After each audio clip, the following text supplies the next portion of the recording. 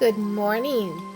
Hello, it's me, Flower Child 567, and welcome to the TAMRIEL Storyteller Hour. And I am here outside our retreat of the Eight Divines. And hey, you guys, it's nice to see you tuning in already. Visionary and Michael, hi, and welcome. And so let's go on in. So you can see maybe by my dress, my robe that I'm wearing, that maybe if you know your motifs and styles, you might get an idea for what my focus and topic is going to be today. And if you said orc, you are correct. Today we are focusing on Wrothgar. And as you know, those of you who are doing the special event that's going on right now, that is one of our, Wrothgar is one of our locations for the event. So come on in. Come on. And let's open up and come into our Lore and Eight Divines library, and let's start our ceremony, shall we? So let me light the candles, and let me open up the cabinet to get out the apocryphal tome. And we're opening that. Oh yeah, there we go.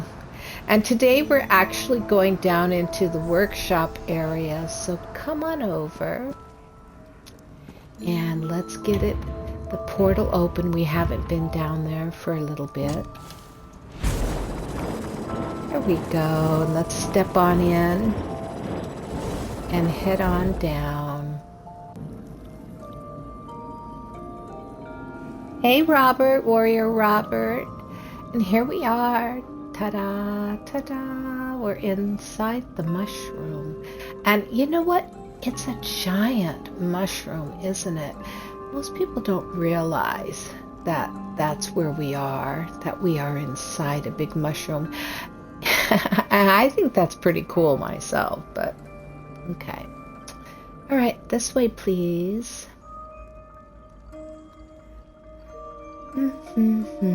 I hope you all are enjoying the event, and maybe you're so busy doing it that you're not going to take time out to come and be with me, but okay, boo-hoo. We're going to start right here, and look at what I have on the wall. It's an old antique map of Wrothgar that I found, and yes, it's very cool, isn't it? And I do want to start off by reading you something about the map. So let's go into our lore and the Orsinium. Well, okay, first I want to tell you something. That's right. If you are a quester like me and you're running around and you've been in ESO for quite a while, but even if you haven't, at some point you come into contact with an Orc Queen. And the Orc Queen's name is Forge Mother Alga. And you receive an invitation. And it says, accept this invitation, carried by one of my most trusted messenger in friendship and respect. In the name of the mighty King Korog, I bid you welcome and invite you to test your mettle in the wilds of majestic Wrothgar. The Orsimer care not where your loyalties lie. Come help us rebuild the city of Orsinium and squelch the winter-born menace. Aid the king in his worthy endeavors, and riches and honors will be bestowed upon you. I have sent Ambassador Lasgara to meet you and offer you transportation to Wrothgar. You can find her in one of the following cities: Daggerfall, Davin's Watch, or Volkel Guard. Look for her when you arrive. I look forward to meeting you in person, as I've heard such wonderful accounts of your adventures. Present yourself to me when you arrive in Orsinium. Forge Mother Alga, Orsinium, Wrothgar. And you see, when you're in Daggerfall or Davin's Watch or Vocal Guard, there's an orc standing outside of one of the buildings, and she calls to you. She's got the main story line over her head. She'll call you to her and invite you to come to Wrothgar. And isn't it fun to be invited to a major area? I think so. All right, so that's the first thing. But I wanted to read you about the map. So let's see, is it in this? Is it in this book? Oh, maybe it's in Wrothgar. Hold on a sec. Let's find it here. I have to be honest. I got so carried away with the event. Yes, there we go. Maps of clans. Well, it's not really about the map, but it's maps of clans. And I think since we're looking at maps, we might as well look at the map of clans. For most of its history, the Orsimer people have shunned written records and relied on oral traditions. But one early Orc scholar, Thugbo Grothut, collected the oral tradition in the celebrated volume History of the 13 Clans. Though the original manuscript was lost and probably destroyed, not every clan agreed with Thugbo's account of origins and territories. The map depicting the locations of the first strongholds survived. Worn by time and stained with water, ale, and blood, Thugbo's map of clans indicates where he believed each of the 13 clans established their homes at the end of the Dawn era. It only survived because it somehow found its way into the Breton Museum. King Kurog purchased the map, but the courier never arrived. Pity. All right, so let's take a look, shall we? Let's take a look at the actual map of Wrothgar. Because here is the one on the wall. We're going to look at the real one on the Telvanni map. So let's go up here to Wrothgar and bring it up. There you can see Wrothgar in all its beauty. And let's see, here is Orsinium, which is the capital, as you well know, and where King Kurog dwells. So when you're going to Wrothgar, most folks go in and out of the Orsinium Way Shrine. So there you have it. There you have it. There's a couple of little houses you can purchase. There's the Forge Master Falls, which is quite a location. And then above the Rink de Lift public dungeon, which is quite fun to play, is the Pariah's Pinnacle. And up here, above that, is your Maelstrom Arena. And that's quite a feat to work with. So if you are serious about getting your skills up, you want to go and play there. All right. So there you have it. There's the map. You can see there's lots of fun things to play here. And I'm still doing the group event. And Relic Hunter, that's a big thing there. And I just finished a couple of things in Wrothgar. I've got my sky shards to collect and a lore book, or a library book to find. And then I have completed my Wrothgar Grand Adventure amongst these 3 other achievements. All right, you guys. So the Wrothgar Mountains have been home to northern Tamriel's orcs since the beginning of recorded history. Invading armies have marched into these peaks countless times to suppress the fractious orcs, but the clans always rise again. Hi, White Lines. Hi, Crazy Fighter. Istanbul. I, Findy, and T-John. Hello. Today we're dealing with orcs, and we're also dealing with our Wrothgar. All right, so I'm going to open up a Wrothgar writings. I think I want to go here first and talk about the Orc Clans and Symbology, and an excerpt by Kralitha the Rememberer.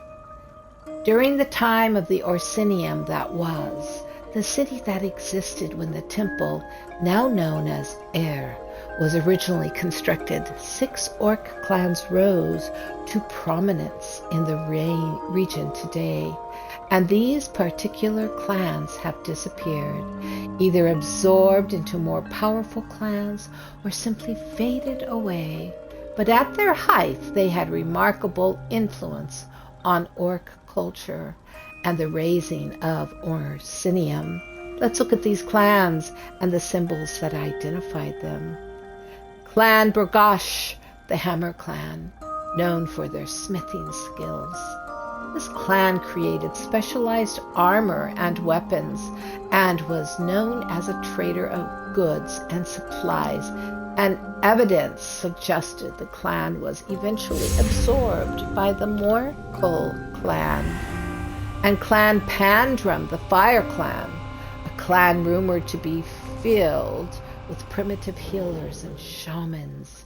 They supposedly controlled fire, using it as both a weapon and a tool to take care of a variety of tasks. They seem to have disappeared from history after the second siege of Orsinium. Clan Enclave, the Star Clan. Not much is known about this mysterious clan other than they provided aid to other clans for their own purposes. Rumors persist that the clan still exists somewhere deep in the Wrothgar wilderness. Clan Lucin, the Wolf Clan.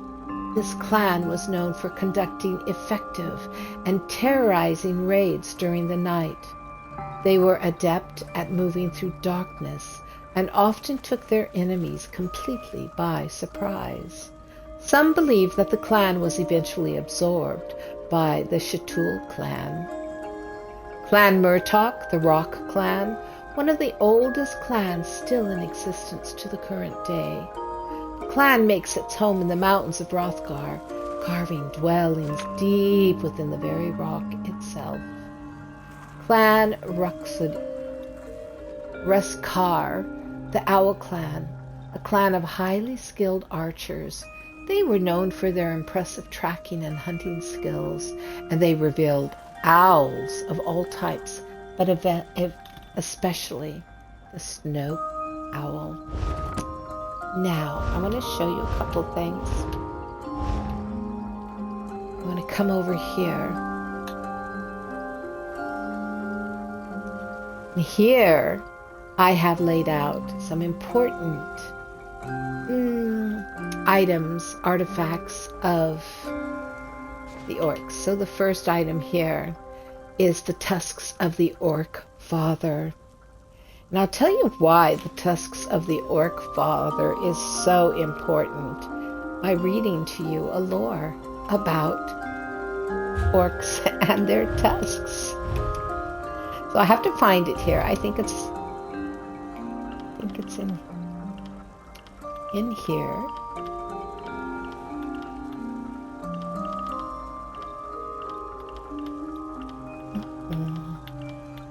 I've been going all over Wrothgar. I started it first for the quest and did for the event, and did the quests and the world bosses again, and the public dungeons, and oops, I guess it's not here. Let me see.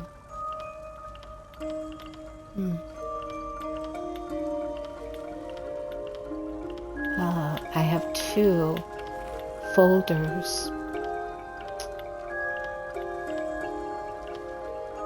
2 folders here. Oh gosh. I should have written it all out, but I'll tell you, I've been so enthralled with doing everything in the event last night until late that I didn't come and get ready for today's story time actually until almost midnight my time. So I don't have anything laid out. Okay, I'm going to go up here to Orsinium, the Orsinium archive, and let's look.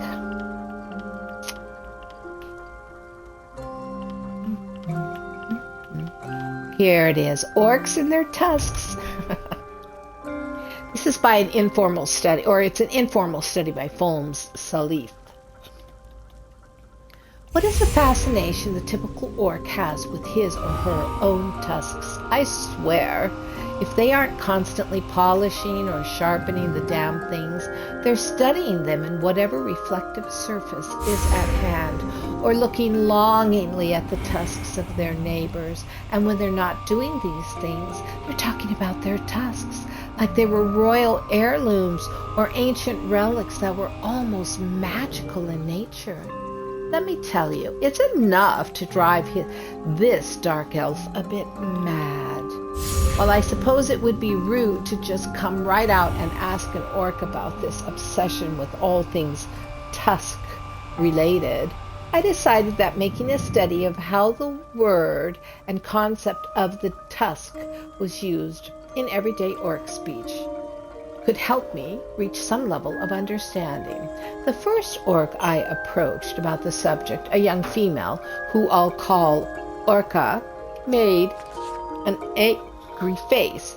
At least I think it was angry.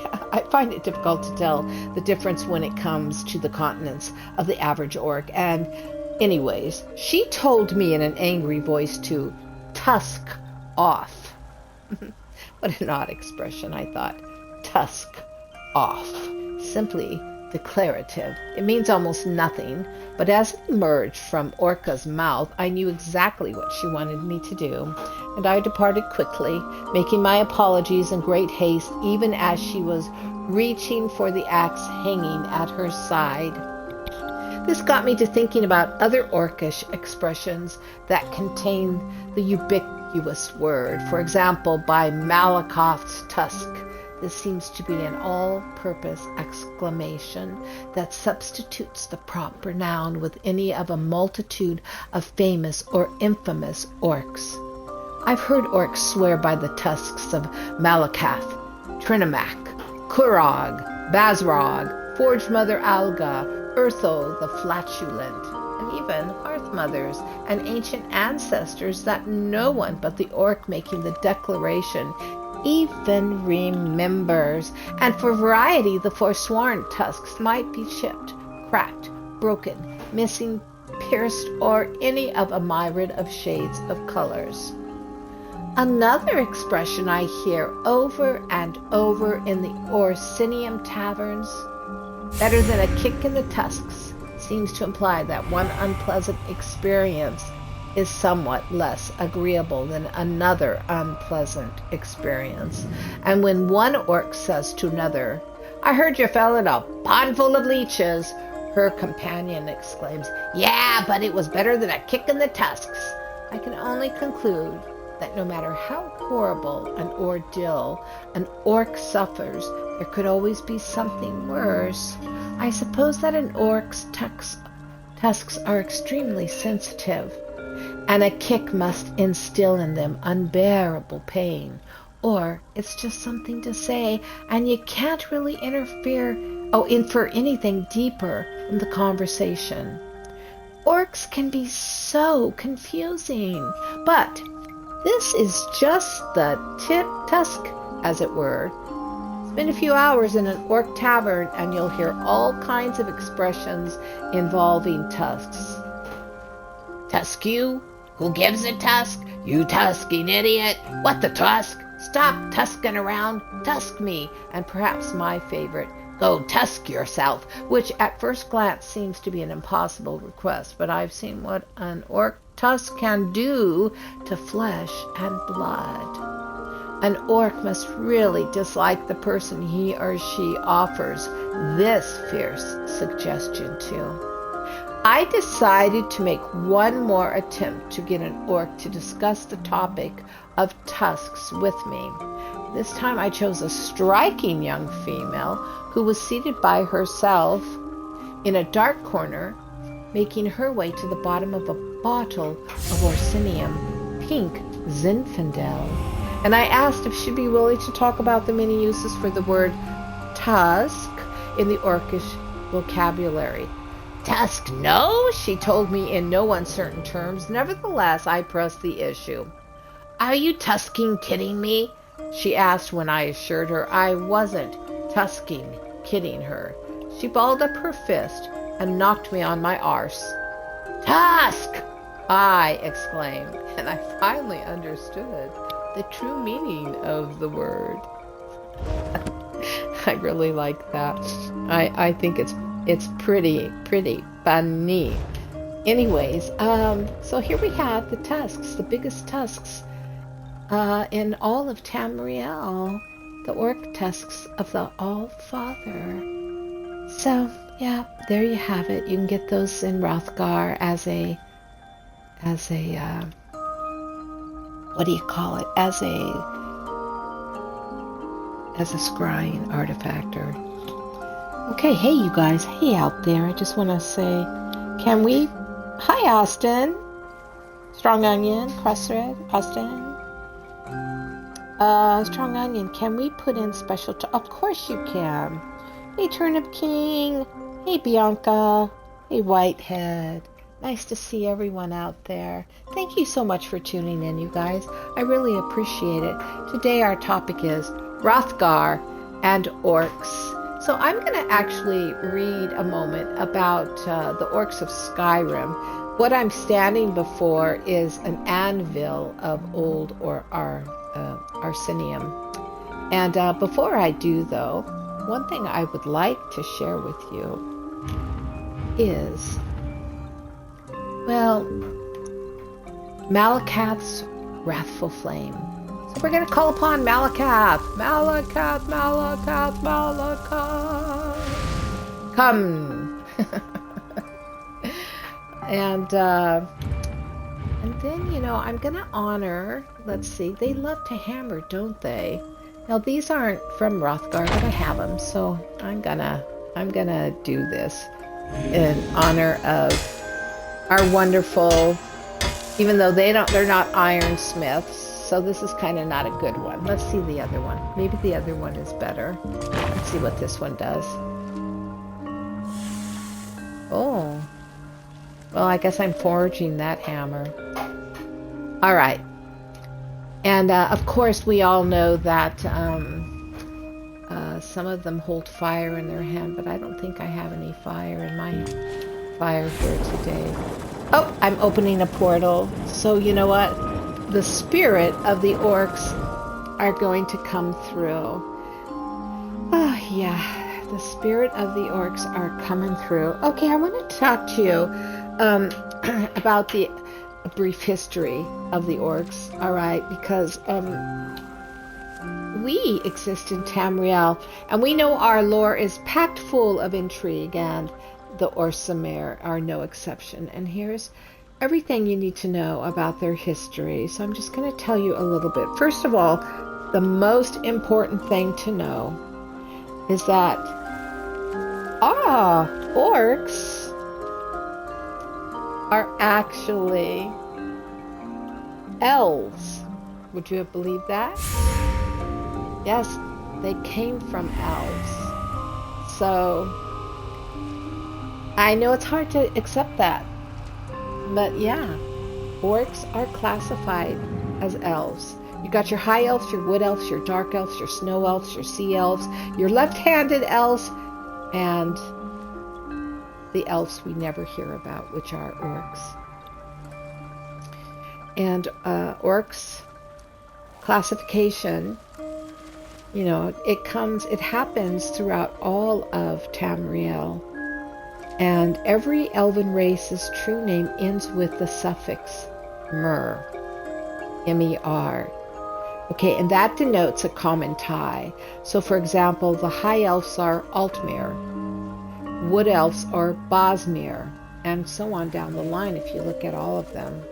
Well, did you know that Orcs are Orsimer? And the legend of their creation is quite grim.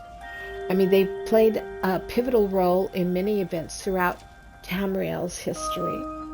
And their unique culture adds a sense of intrigue to the Elder Scrolls, and their brutish appearance doesn't necessarily suggest, But the most significant moments for the Orcs is part of their origin. And their origin stories always mention a warrior god named Trinimac.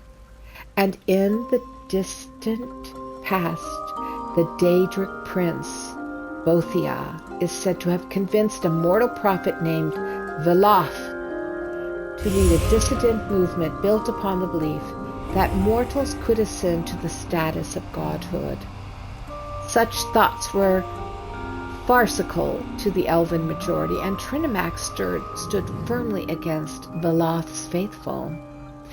In response, Bothia cursed a crestfallen Trinimac and all his followers by casting them into a plane of oblivion called the Ash Pit. And in blood and rage, Trinimac was reborn as Malacath, who was known as God of Curses, and his people were transformed into Orsimer. So at least that's how the Orcs tell the tale. Now the Dunmer of Morrowind, descendants of the Chimer, who had followed Veloth in his great exodus, have a rather more grotesque version of it all, not only in Bothia's victory of Trinimac, a fair and inevitable thing, but the Orsimer maintained their creator would have won were it not for the intervention of a second Daedric prince. But Dunmeri doctrine goes as far as to say that Bothia devoured Trinimac. Disturbingly, Bothia then excreted the defeated warrior god, and that dung formed into Malacath, and his true believers rubbed it all over themselves and became orcs. That's rather disgusting, don't you think? I think it is. Well, it's quite interesting. There's so much that goes on in early Orcish history. It's almost impossible to cover Orc lore in one storyteller hour, because it is filled to the brim with persecution and ostracization. Their heroes in their earlier centuries of this age are generally remembered not for forging great kingdoms. Look at Wrothgar, it's filled with great kingdoms, but simply defending what little land their tribes could call their own. And it was during this time period that Skyrim's High King, Wulfharth, made the radical decision to forge an alliance with them, and their combined force under his command led an unsuccessful invasion of Morrowind during the Battle of the Red Mountain. I know, it's very interesting, isn't it, Bianca? Very interesting. Now, the original kingdom of Orsinium emerged as a direct result of geographical happenstance. Several tribes, for a variety of reasons, had migrated to the Wrothgarian mountains within the province of High Rock, and their stone city held for a time, but desperation had a more than a little thirst for battle, compelled Orsinium's army to launch repeated raids against their human natures. And this cost the Orcs their favor with Malacath, who abandoned them to their plight when Orsinium was first destroyed. And then the Dark Brotherhood is involved with the Orcs. I'm sure you know that. There's so much here. Anyway, so what I'm going to do is we're going to take a look at these stone motifs, these stone carvings back here. And then right here, this Orc of Skyrim book that you can get. I'm not going to read it to you because we all know that Skyrim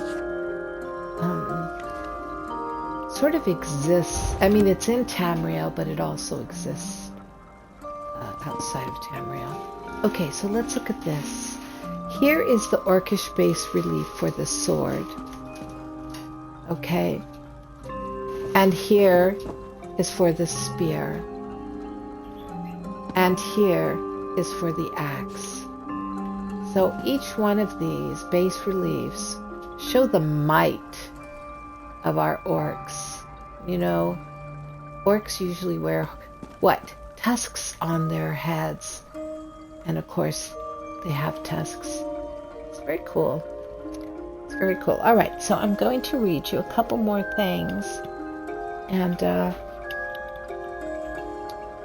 going to stand so that you can see these beautiful motifs behind me. Oh, by the way, I'm wearing an Orsinium robe, a very basic Orsinium robe that you can get just from picking up things and doing chests and minor quests and stuff.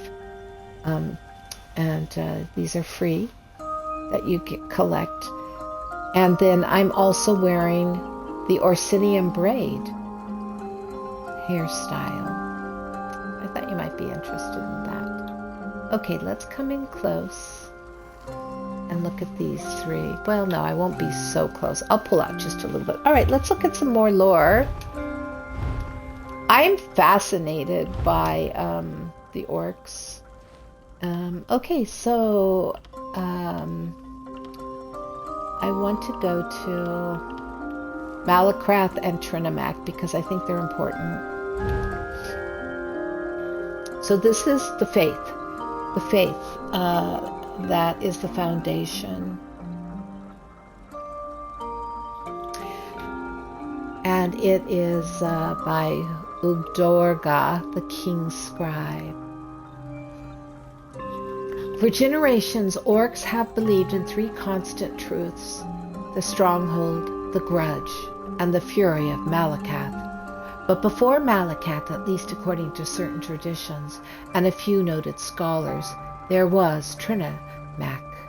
And today the city of Orsinium reverberates with the intellectual debate and reverent faith of both sides of the argument. Who is the true god of the orcs? And for traditionalists, there is no question. Malacath is Lord and God. He personifies the sworn oath and the bloody curse, and his portfolio includes conflict, battle, broken promises, and anguish. Everything an orc feels concerning his or her place in the world comes from the Furious One. And the orcs see themselves as a people betrayed. And Malacath reinforces this belief. For Malacath, clans must stand powerful but alone in their ancestral strongholds. The strongest rules and weakness is cast out with extreme intolerance. Clan chiefs such as Chief Bazrag, who oppose the idea of an Orsimer king, hold to the teachings of Malacath. And for the new Orsimer, Trinimac is the culmination of their dreams and desires. And the warrior god personifies culture and civilization. He calls for unity, not discard, for strength, not malicious chaos. He stands for unifying the Orsimer, for elevating us above our baser nature and making us equal to the other races. King Kurog and the Orsimer of Orsinium follow the teachings of Trinimac. Yeah, so it's really, I'm just going to look at Malacath and the Reach, okay? Orcs often say they are Malacath's children. My tribe would argue. Reachmen are taught that orcs, ogres, and trolls are merely used by Malacath to test his true chosen race, the people of the Reach. If you ask me, both are wrong. The Lord of Ash and Bone doesn't care for any of us. This worship of him is folly, and will be the ruin of us all. Take this token, for example, this vengeful eye my tribe searches so fervently for in dark tombs. The blood that has spilled needlessly for this meaningless trinket is beyond measure. The feud between the Orcs and my tribe has gone on for centuries. Our shamans can't claim. Malacath demands one of us carry the eye in his name, but the Orcs claim it belongs to them. Both sides are blind to the strings that make them dance. That is all we are to the Daedra, playthings for their amusement. Their gifts are poisoned. To think otherwise is foolish, yet we live in a world of fools, each thinking they're somehow different, somehow special. We kill and we die for this belief, while the Daedra smile on. That's pretty apropos, don't you think? I think so. All right. We are going to take a look at Old Orc Sayings, and this is for shills. Oh, should we say a prayer to the Furious One? Yes, let's say a prayer to the Furious One. God of curses, hear my prayer. Lord of the betrayed, give me strength. Keeper of the grudge, harden my heart. Holder of the broken promises, ignite my anguish. Master of the sworn oath, grant me the ferocity to overcome my enemies. Malacath, hear my prayer. Boy, I'll sure tell you, Malacath is just a real kind of bad dude. He's mean, huh? He's mean. Hi, Dream Soldier. And Alone Dark. It's good to see you. All right, now let's go back up here to Old Orc Sayings. This is for their shills, okay? This is for their shills. Being a compilation of the oral wisdom of the Orcs, collected here and recorded by Roald Kinway, who did live among the Orcs for 36 years at the start of the Second Era. 1. When you smash your enemy's shield, beware the splinters. 2. Better a smashed shield than smashed ribs. 3. Nothing beats a shield for beating mages except a cudgel. 4. A shield full of arrows is better than a face full of arrows. 5. As immovable as a stone fortress, a wall of shields. 6. An axe is for cutting, a shield is for blocking. 7. A warrior's sword takes many lives, but his shield saves one. 8. A broken shield provides poor protection. 9. Paint your shield with the blood of your enemies. 10. A strong shield makes an attacker heart to spare. 11. A shield makes a bad plate, and a plate makes a bad shield. That's kind of funny, huh? All right. 12. One shield is priceless, but 2 shields makes you look stoopless. Stoopless. Oh my God, I just made up a new word. Stoopless. 13. They will fear us when they see our shields. 14. The shield that is whole in springtime is broken by summer's end. And 15. An orc warrior has 2 loves, his sword and his shield. 16. You are the only shield your clan has. 17. Many are the stones of those that went into battle without shields. 18. A wooden shield is better than no shield at all. 19. If an enemy ducks behind his shield, cut off his legs. If he lowers his shield, cut off his head. And number 20, keep your shield in front of you, and Malacath will always be at your side. Oh gosh. Pretty crazy, huh? All right. So let's look at some strange rituals of the Orsimer. Here we go. Let's see, A Study of Death Rites of the People of Tamriel by Chaplain Jordan. He's a priest of RK. As a devout follower of the god of burials and funeral rites, I have dedicated my life to the study of the ceremonies and rituals performed by the various races of Tamriel, and when it comes to the deaths of their leaders, family members, and loved ones. In this volume, I explored the death rites of the Orsimer, otherwise known as the Orcs of Wrothgar. Popular lore would have us believe that an orc remains lay where they fall. While there is a grain of truth in this concept, orcs know as much about disease and decay as any of the other intelligent races. No one wants a rotting corpse left around to stink up the place. And rotting corpses attract all kinds of insects and predators. So while the spot where an orc dies is marked and considered almost sacred by his brethren, the body is not left in place for more than a few hours. And during this time, friends and family come by to pay their last respects. And then the body is removed to where I cannot say. Orcs, for all their oral traditions, refuse to provide explanations or specifics to outsiders. I've had to make educated guesses based upon observations, and the few observations I've been able to engage in. But so far, no one will tell me what the orcs do with the bodies of the dead. I discovered an ancient orcish burial site, the mountain known as Sorrow.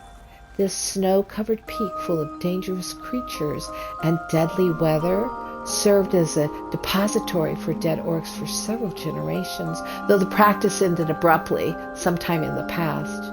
Apparently, the mountain was reserved for only the bravest and strongest orcs, who were required to climb as high as they could before death finally overtook them. These orcs were left where they fell, but stones were piled atop their bodies to form protective cairns, or unique constructions called wedge tombs. This also appears to have some connection to the practice of marking any location where an orc dies and falls with a sacred rock. They call the rocks tumnors, which I believe means death stones in the orcish tongue. I finally found an old orc female who was willing to share some of their death rituals with me. Specifically, she was willing to discuss the practice of Beshkarnor, the Death Forge. Okay, so apparently what happens to the bodies of orcs of great stature, leaders, heroes, and revered elders, is that they undergo a process known as the Death Forge. The old orc described the process in confusing terms. I'm not sure if the blood is drained from the body and saved for latter use, or if the entire body is burned and reduced to ash, and then the ash is saved. Either way, the saved remains wind up, mixed into molten metal, allowing the revered orc to become one with a powerful tool or weapon, usually a shield, a hammer, a sword. So my quest to completely understand the complex funerary rites practiced by the orcs of Wrothgar continues. I've learned so much, but I realize I haven't really learned anything at all. I know as a general rule, the orcs don't bury their dead except when they do, such as on the Mountain of Sorrow. I know that they mark the place where a powerful orc died, but they probably don't actually leave the body there to rot and decay. And I learned that some portion of a dead orc is saved to mix with a newly forged tool or weapon in a process known as the Death Forge. I'll continue to probe and investigate, for I find these contradictory practices to be fascinating. I just hope I don't anger the wrong orc and learn about their death rituals firsthand. That wouldn't do at all. That's pretty funny. I want to share with you on the map of Wrothgar just where the Mountain of Sorrow is. It's right up here. I think it's this one right here. Yes, there it is at the very top north. So that might be worth going to. You know, there's an interesting quest that you can do. Thank you, Canadian Dancer. That you can do that's right up there. And you can see it's right below Ice Reach Dungeon. Yep, Ice Reach Dungeon. So there you have it. It's a cool thing. Okay, so I want to read to you another journal that's kind of. Let me find it here. Oops, I went too far. Wrothgar writings. Is it in here? I think. See, there's so much. Ice Elders of the Ogres, the King's Orders. They're really involved. There's so much.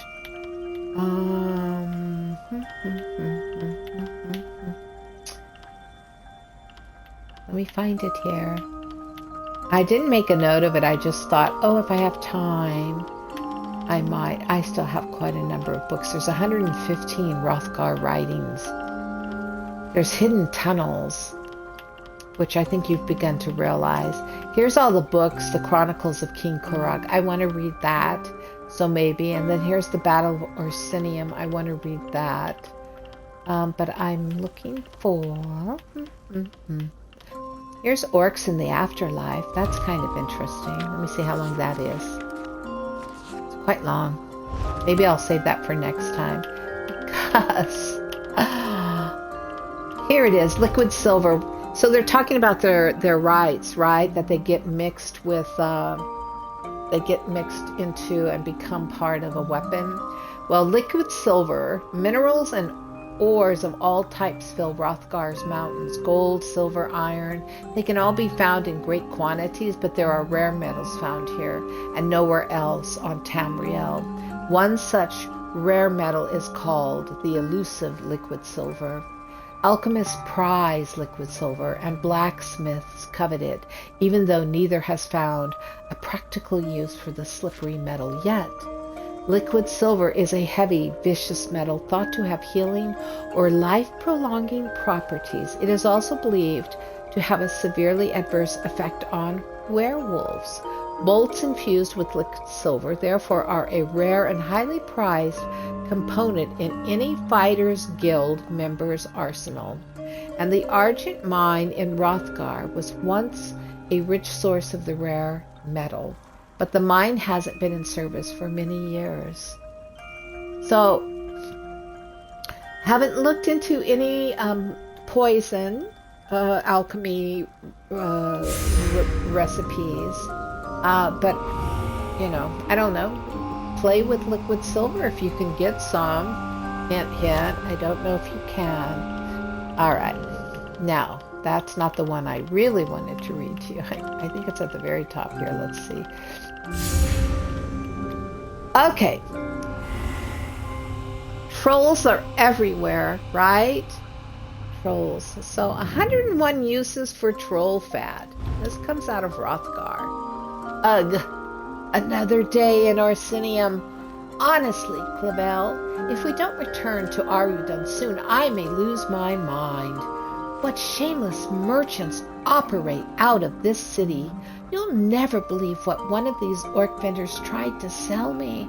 I was minding my own business, examining an assortment of roots and snowberries. They were all shriveled and rancid, by the way, when this toothless merchant shoved a bowl of fat in my face. A huge bowl of fat. Can you imagine? He claimed it was the fat from some legendary troll or some such nonsense.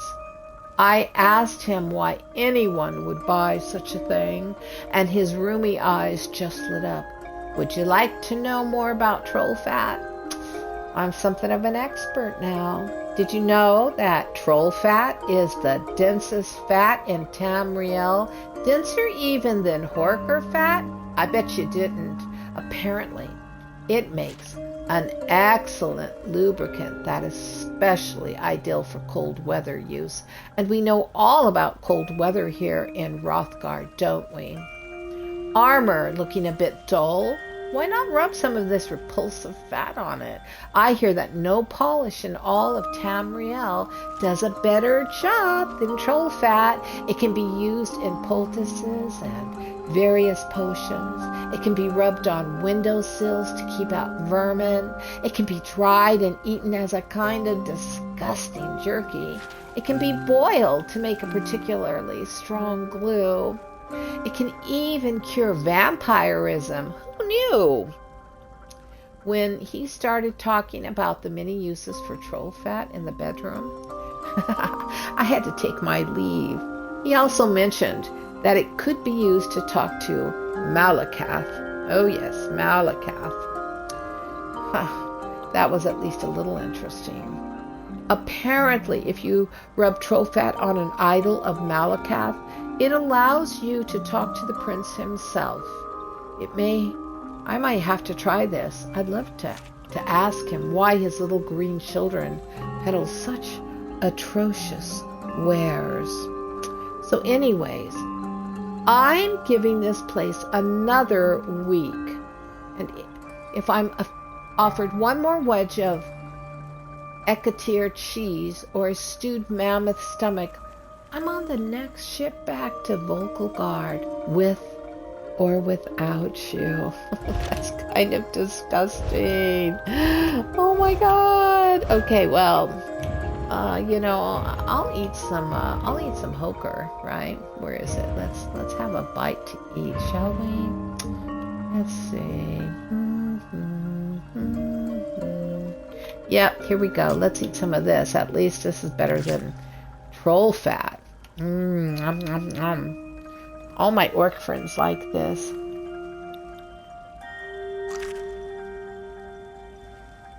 Hey, Canadian dancer, sure. Dark Brotherhood is right up my alley.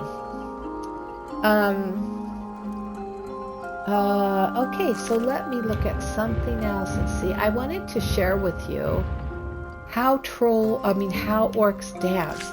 Here is the orc dance. Ready? Get ready.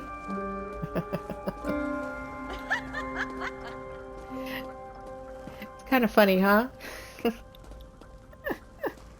Oh, yeah. Too fun. Well, you know what? They always have fun, don't they? Orcs are ferocious. I have an orc. Yes, I do. She's a fierce-looking warrior.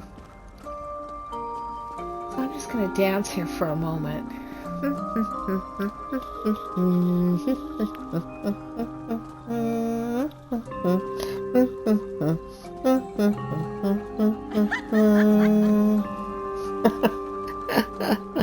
Oh, maybe I'm having too much fun. I do not know. Okay, so I'm going to just end off by saying orcs, as we know, Orsimer, as we know, are part of the elven race. And Orsimer actually means pariah folk.